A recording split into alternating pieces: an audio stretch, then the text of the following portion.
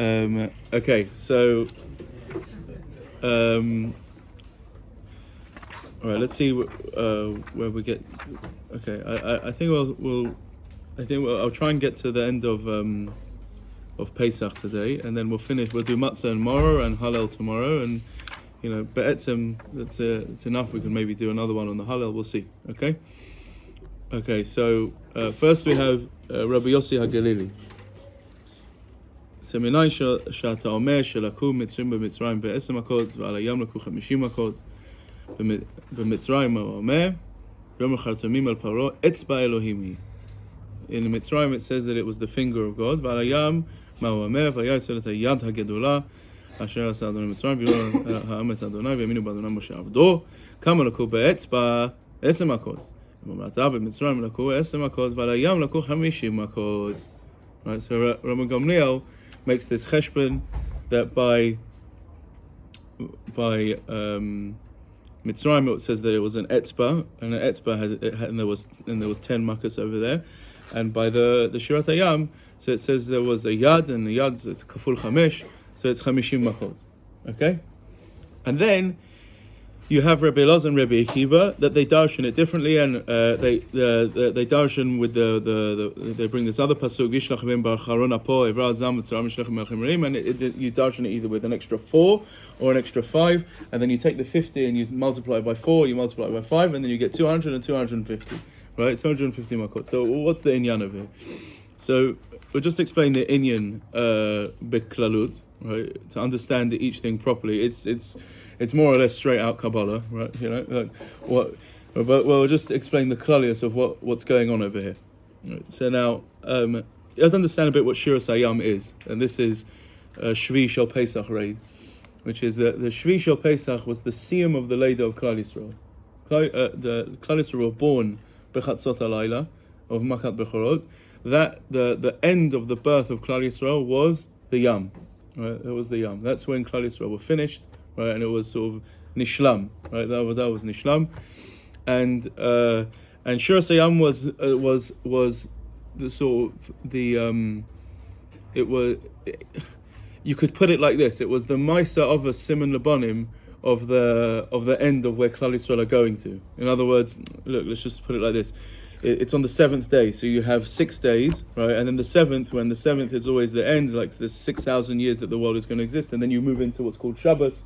Right, so the Shvi Shel Pesach is the sort of the Shabbos of the Leda of Klal Yisrael, and what happens there? A few things happen there. They go into the Yam, right, which is a place where you can't live. You can't live in the Yam, and they live there. You live in a place where a natural being can't live. What does it say in the Gemara in Sanhedrin? Oh, you're not quite there yet, right? Sanhedrin in Perek Chelek.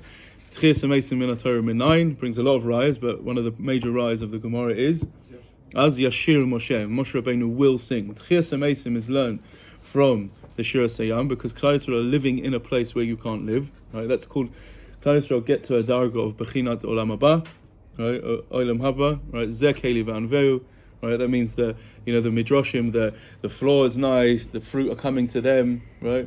It's like what it says, Lasid Lavai, like the money grows on the trees and the bread comes out. There's nothing, right? There's just you, Zeh Keli V'Anveu, right? And a Kadosh Baruch Hu, right? That is the Leda of, that is the siyum of the Leda of Klal Yisrael. That's what's happening over there. That's also why in Shiras Hayam you have what's called Bio Hara. There's an amazing piece on this by the Torres Avram. Right. Anybody know who that is? I'll be really impressed if you know who that is. Right. Okay, fine. Anyway, Torres Avram. He was Reb Avram Gruzhinsky, I think his name was. Right. He was the father-in-law of Rav Wolbe. Right. I think he was one of the mashkichim of Slobodka. Right. And a sefer called Torres Avram. Very, very hard to get hold of. So he has a piece on that on how Shiras Hayam was Bio Hara, right? In other words, you saw the whole gilui of the Shiras Hayam was that the Ra gets destroyed. The Maharal also points this out, that the chiluk between the Makas in Mitzrayim and the Yam was that the Makas in Mitzrayim, they were hit, but the Egyptians still survived. They didn't die, right? Except apart from Makas Bechoros, which was a specific thing, right? But in Shira Sayam, they all died, right? They all died. All of the Mitzrim died, and each one died bidyuk midah keneged midah of what he did. It says the Rishonim died slowly, and the ones that were less bad, they died quickly, right? Rashi Kelferet B'mayim Adrim. Rashi's on the thing over there. The whole that's also Bechinas Olam Haba. That means that the Ra goes, right. That's called it's Einod Milvado, right. That's what you see over there. Okay, all right. So now but Ofen Klali. That's Ofen Klali what Shira Sayam is, right. And here this is what Rabban Gamliel is saying, right. That here you had Chamishim Makot, right, because Chamishim is the 7 times 7, and then you get to the 50th, right? In other words, it's the whole full whack, right? Of Giluim of Hakadosh Baruch Hu. That's what happened at the Shira Sayam, right? And that was the Siyum of Klal Yisrael, okay? And then you have you have Rabbi Elazar and Rabbi Akiva that they're darshaning that there was actually even bigger Giluim, right? That's what it was. So I'll tell you the way I understand this, right? In other words, if you imagine. I kind of marshal to myself when I was thinking about this last night. There's some physicists here, I have to be careful, yeah. All right. So if you have, if you imagine, if you have a torch, right. So the higher up you go, right, then the beam spreads wider, right. Yeah. On the floor. If I have the table, right. When you have the torch over here, if it's right next to the table, so and then it's quite a concentrating. The higher you lift it up, the beam gets wider, right. And it actually influences more, right. Yeah. Right, that's the machlokes, obviously in Ruchnius, on Rabbi Elazar and Rabbi Akiva, and also Rabban Gamliel. In other words, they're showing to you that it's different dargos of oimek of what was the gilui. How far up did it go, right? In Amkus, right? In Plimius, the giluim of Shira Sayam, and that actually fleshed itself out to more makas, right? The deeper you go up, right, and then there's more things moving on a higher level, it filters down and it actually expands more, right? And you'll see 50 makkahs, 200 makkahs, 250 makkahs, because it's going deeper and deeper and deeper and deeper, right? So when you're all, mekubalim, and you're and you know all this stuff, so you'll explain to me what's the chiluk between the 50, the 200, and the 250, right? For those of us that knew, for those people that know, you'll know exactly why 200, why 250, why it had to be dafka 4 or 5. The Maral is meramis to that a little bit, right? Why he held 50 and why he held it was 4 times the 50, or each thing is meramis a different thing. But that's the klal of what's going on over here. That this was the siyum. This was the end point of the Gilu of Klal. That's when Klal Yisrael were nishlam. They were nishlam, and it became kavur that this is their identity. And there we were given a me'en of lasted lavoi, and the Giluyim were just noravayu, right? Unbelievable, right? And that's the end of Yetzias Mitzrayim. Okay, all right. Mistamana is probably different. Bechinas, I don't know, right? It could be. I don't know. I don't know. I don't know. But he says. He says the Maharal in there. He says that there's also how are you machalik things. That can also be a machlok. It's like he says, like for example, when you get hit, there's nezek, tsar, ripu, shevis, and boishes. So right, there are 5 things. So you could look at that as just you got damaged, or you can say no, there's 5 things over there. Right, whatever. This is beyond my pay grade a bit, right? So we'll get there. We're still young. Right? I like to think of myself as young still. We've got lots to learn, right? But that's the klal. That's the klal of what's happening over here. Yeah. Okay. All right. And that kind of ends the fleshing out of the nisim. Of the fleshing out of the nisim, and then you move into dayenu. You move in kama ma'alot tovot lemakom aleinu. So the question here is on dayenu is that it's placed in quite a funny. It's a bit of it's placed in a bit of a funny. It's got a bit of a funny placement in the Hagadah. Why? Because it seems like it's just we're being meshabeach Hakadosh Baruch Hu. Right, but it's kind of like the Baal Hagadah jumped the gun. Right? You should, in other words, we're going to come back to we're going to say Rabban Gamliel, which is a critical part of the Hagadah, right? And then you start the Hallel. You know, we'll see. You come to Rabban Gamliel, and then you say, "B'chol davador chayv ad min haaretz atzmoi," and then lefikach anu chayvim lehodot lehalel leshabeach blah, blah, blah, and then you start the Hallel. So here, there's like a sort of a piyut over here of being of giving shvach to Hakadosh Baruch Hu. That's kind of in the middle of it. Right? Like, why is that? Why is that over here? Right? Why is it over here? What's the issue over here? So. So the inyan is, everybody says this, that the inyan over here is that it's this 15 shvachim, which is connected the 15 ma'alot, the shira ma'alot, which was connected the 15 steps in the Beis Hamikdash, right? That's the 15 ma'alot that took you from the Ezras Noshim to, the Ezras Yisrael, those 15 steps there. Okay, and what's the significance of all of that? So the Maharal explains that the inyan in the Chamisha Asa is that it's Keneged Shem Ka, Yud and Hey, which is Gematria 15. Ki b'ka Hashem Tzur Olamim. Right, that's the pasuk, right? With Hakadosh Baruch Hu created the world, Olam Hazeh. It's Olam Hazeh and Olam Haba. It's a Gemara Menachos. I don't remember the daf. It's like Lamed round there. It's just towards the beginning, right, of Menachos. It might be Tesvav or somewhere, whatever. Anyway, so Gemara about Ki B'Kashem, it says Olam Haba was created by Yud, and Olam Hazeh was created with a Hey. Right? Ki B'Ka Hashem Sur Elohim, with the name Yud Hey, Hakadosh Baruch Hu fashioned the worlds Olamim, Yud and Hey. Right? So that's what these 15 different ma'alot are. They're connected, these 15, and that represents the two olamas, Yud and Hey. Now I think that's the pshat why it's brought over here. The reason why this specific shvach, right, is brought over here, because you're being meshabeach the coming together of Olam Hazeh and Olam Haba, which is exactly what the Shir Sayam was. The Shir Sayam was the gilui of Olam Haba in Olam Hazeh, which is the end of days. That's what the sof is, right? The Achris Hayomim is that the Ruchnius, the Olam Haba will be in a skala. It will. You'll see here Ruchnius, right? That's called Tchias HaMeisim. Tchias HaMeisim is that the whole musig of Tchias HaMeisim is that you see in the Gashmi, in the finite, the infinite. Finite things die. Tchias HaMeisim means that you see in the finite the infinite. You experience that. You see that there's actually something infinite that is infusing the finite. Right? That's called Olam Haba. That's the whole musig of what Olam Haba is. So it's B'ka, right? That's the Yud, the Olam Haba, and the Hey coming together, right? That they come and live together. That's Shir Sayam, and here you make a specific shvach to that, right? Because that's where we're going. We're going. The message of Klal Yisrael is to bring you to that point at the end, which is that Olam Hazeh and Olam Haba will coexist. Right? That is what Olam Haba is. It's the Olam Hazeh which has turned into Olam Haba. Right? That's the Ruchnis and the Gashmis, they synthesize and they become one. Right?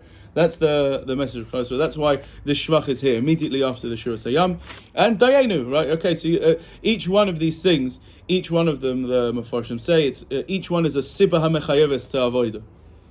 That's what it means. Ilu hatzianu mitzrayim v'asem hashadim Dayenu. Right? That's enough. Right, that's enough of a sibah to be machayev you to be an Eved Hashem. Right, each one. That's the remez over here. So you can say your, whatever you need to say on each one. Why is each one a sibah machayev? And there's a beautiful thing over here at the end, which not a lot of people chap. After you've said the dayenu, you say va'alachat kama tova kfula u'mechupelet lemakom aleinu. Shotziyanu b'rui. You list the whole 15. And then you say, "Ve'balanu et beta bechira," and then you add the words "lechaper al avonaseinu," to give us kapara. Why do you bring that over here? If you remember, the whole story, all the way at the beginning, starts from the Bris Bein Absarim. And it says that Hakadosh Baruch Hu took Avraham. Baruch Shomei Avtachol Yisrael, Baruch Hu Shekadosh Baruch Hu Yishiv et HaKetz. Right? In other words, there was going to be a ketz. That means Olam Haba. There's going to be an end. What was the Yadoah Teda a response to? What was the Yadoah? Does anybody know? All right, here we go. Chumash Rashi, Rabbi say, yeah, Chumash Rashi. B'ma eda ki shena, right? What does Avraham Avinu asks HaKadosh Baruch Hu, right? That how do I know? I know you're choosing me, but how do I know that Klal Yisrael are going to be Yoresh Eretz Yisrael? How do I know that they're going to stay your people le'olam v'ed? Right? Says Rashi says, what's the pshat? It's a Gemara Megillah, actually, which we learned today. It's a Gemara Megillah we learned today in the morning kollel, right? B'ma'ida be'ezah schus. Says why? Because maybe they're going to do chataim. Klal Yisrael, we know, en tzaddik she'abaratz v'lo yechata. There's no such thing as people that they don't do averos, and maybe they're going to lose their schus. B'ma'ida, how do I know that Klal Yisrael are always going to stay your chosen people? It says b'schus hakorbanos. Right? The Gemara Megillah says, and how Teinach bezman sheyesh b'meisav v'nishcham bezman sheyesh eina kayama be'ezah sus, and it says that when you say korbanot in the morning, right? So alav aniyalim kilu hekravtim korbanotim as well. That's why you have to say korbanot in the morning, right? So fine. Good Sephardi plug over there, right? Okay, right. So korbanot. So here's the nakuda. It's a very, very deep thing. Hakadosh Baruch Hu doesn't just choose us. He doesn't just choose us. But Avram wanted that there's something that guarantees it, that it's not going to ever be removed from us. And says HaKadosh Baruch Hu, I'm giving them the Beis HaMikdash because you can do something that's called kapara. That means you can have tshuva and you can clean the shmutz. And that means that you'll always be shaykh to me. I know that you're going to make mistakes, right?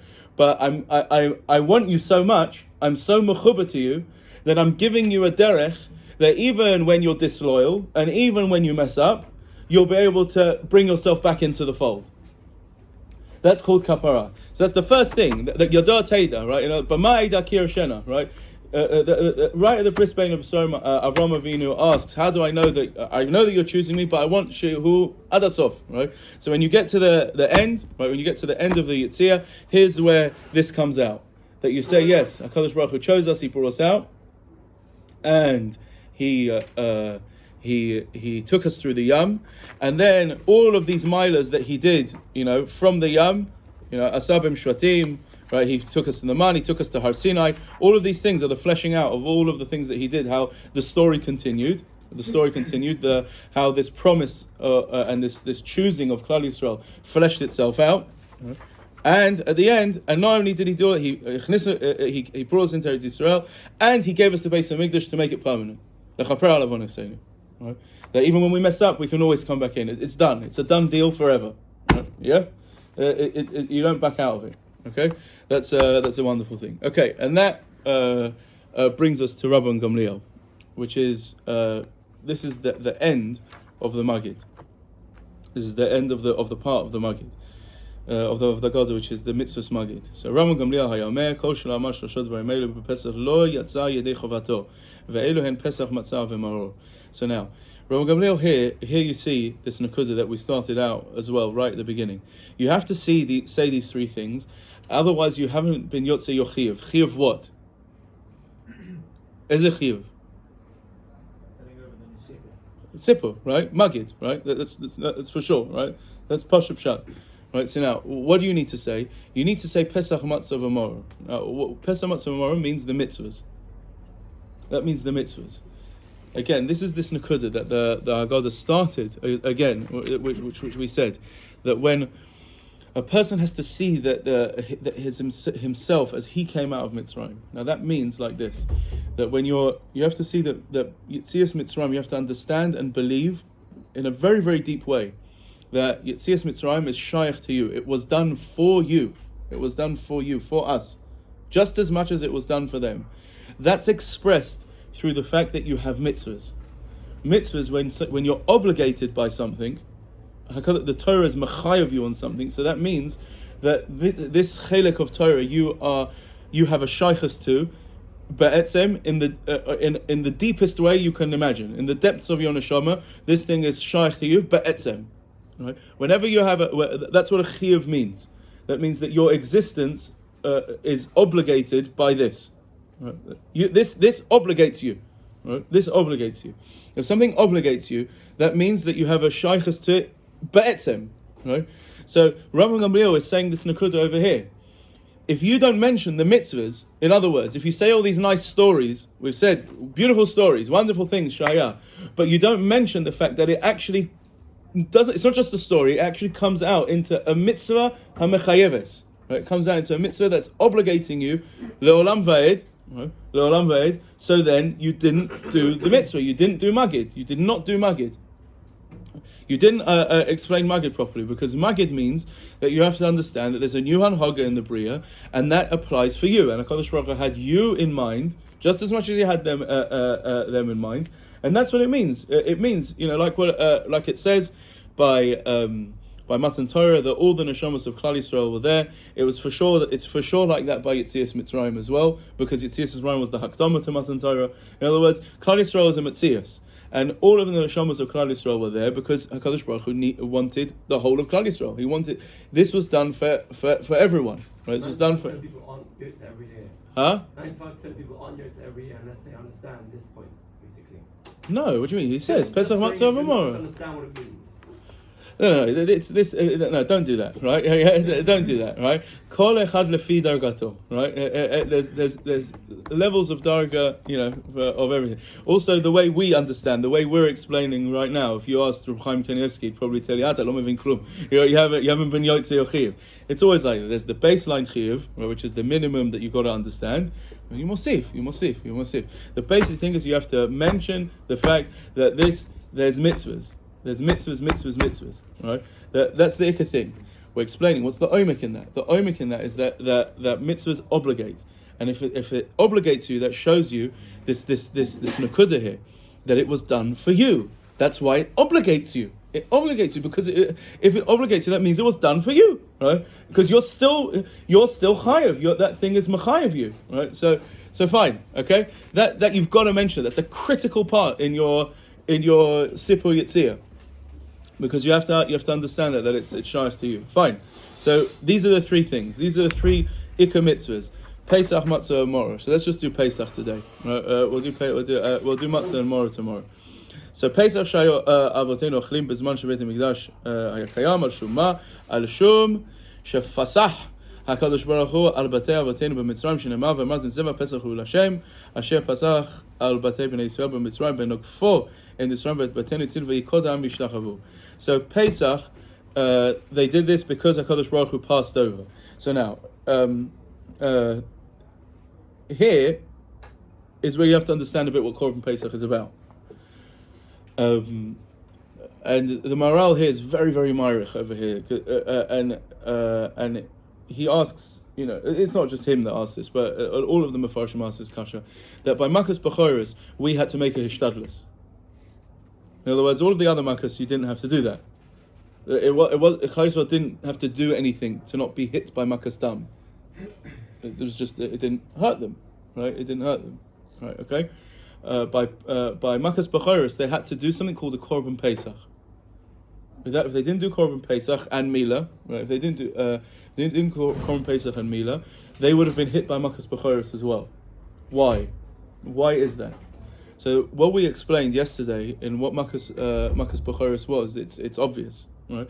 The reason is because Makas B'choros was unlike any other Makkah in respect to the Makkah was be'etzem one thing. HaKadosh Baruch Hu is Megala himself. That's all it was, and that Gilui is so powerful. It's so overawing, right? That you become bottle. You become nisbatel. How do you prevent that? The way that you deal with that is that you become HaKadosh Baruch Hu dik. That's what you do. Right? If you become more godly, right? So then you can take a higher gilui of HaKadosh Baruch Hu and still live there because you are godly. That is what Korban Pesach is. Korban Pesach is a korban that brings you into HaKadosh Baruch Hu's world. Right? I'll show you how this is. And the Maharal is Gavaldi, shows you how all of that. I'll tell you a few of the things that he says, but just a basic thing that you have to understand. Korban Pesach is very different to all of the other korbanos. It says Mishchu, right? Mishchu means Mishchu, Chazal Adorish, Mishchu Yadei Me'avodah Zarah. In other words, the whole inyan of Korban Pesach is it's a moving away from regular life and coming into Avdus of HaKadosh Baruch Hu. The Gemara in Pesachim has a Havamina that a ger sheniskaya has to bring a korban pesach miyad. Why? Why do they have a Havamina like that? So there's a drasha to tell you that he doesn't have to do that. Well, why do you need that? There's no Havamina that a ger has to bring a korban chatas for all of the Shabbosos that he was over when he was a goy. Right? There's no Havamina like that. There's a real Havamina, there's a genuine Havamina that a ger should bring a korban pesach miyad, and it says no Torah achat tiyeh lechem, right? It says you should have one Torah for all of you, and you'll bring things. Well, what's the pshat? Because this is what korban pesach is. Korban pesach is that you become an eved Hashem. So a ger, there's a Havamina that he should bring one. Right? There's he is Mr. becoming an eved Hashem. Maybe you should think there's no Torah achas, right? But there's a Havamina like that, right? The Ramban al Torah says that the reason why that the Korban Pesach was a Seh Tamim is because Nisan, the muzzle of Nisan is Taleh, which is a Seh, right? And he says that the whole inyan of Korban Pesach is that it's a Korban where you take the muzzle and you shecht it, you kill it, right? And you eat it, right? You eat it. That's a very deep thing we won't go into now, right? And what that means is you now don't live in mazalas anymore. You become Kadosh Baruch Hu. You become like him. You live above all of that. Right? That's the whole inyan of what Korban Pesach. And the Maharal is marich that each one of the things, all of the dinim of Korban Pesach show one thing. Achdus. It says that has to be a set tamim. Has to be kind of any mumim. Etzem lo tishabru bo. You can't break it. There's no other korban which has that. You have to do dafka tzli esh and not mevushel. Right? So it says why tzli? Because tzli, when you roast something, all the water comes out and it tightens and becomes like one. When you boil something, the meat becomes looser. Right? It says no. The whole thing here is to show the achdus. Right? It's to show achdus and oneness. Right? All of the dinim of the Korban Pesach show that thing because the whole inyan of the Korban Pesach was that you are becoming be'etzem and eved Hashem. Right? And that's why you also had to have milah, had to have a simon on the guf that you're an eved Hashem. In other words, you became more godly. Here, right, and that was the schus that you needed. That was it's not just the schus, the metzias. Because you do that, so then when HaKadosh Baruch Hu reveals himself, he will pass over you. That means that you will be able to exist with him, right? In the Gilui, HaKadosh Baruch Hu will be able to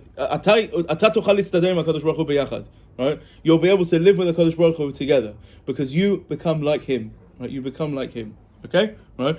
That is the etzem inyan in Korban Pesach.